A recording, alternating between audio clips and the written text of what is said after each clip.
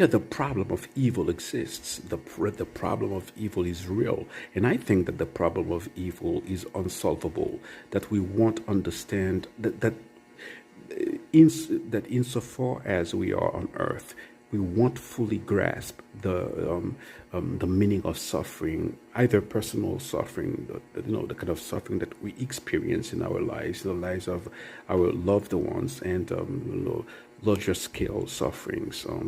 Paul has this passage in 1 Corinthians 13 when he said, where he says, now we see through a mirror, but when we die, we will see things as God sees them. It's an interesting expression because he says through a mirror, which is weird because now when we look ourselves through a mirror, we see a faithful reflection of ourselves. Whereas in Paul's time,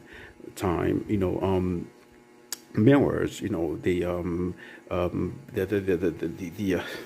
when they reflect you, it wasn't very clear. So that's the reason why he uses that analogy. So what he's saying is that we ought to have a little patience. We ought to have a little patience, and inevitably we will die. So two things are certain in life, as as Benjamin Franklin says, death and taxes. So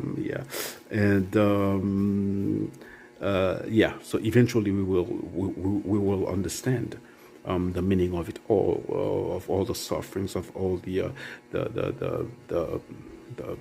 bullshit, that happened to us, all the and we will see the meaning of those things, not just we will see why they happened, and we will see how the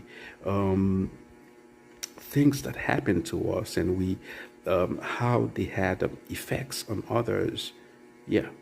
Something that bad, well, from the worldly viewpoint, bad that happens to us, we will see how, in fact, it was necessary for the good of somebody else. We will see all this stuff. We will understand all this stuff. So faith, faith is faith. Faith is, if you have faith, then necessarily you don't have the full answers. So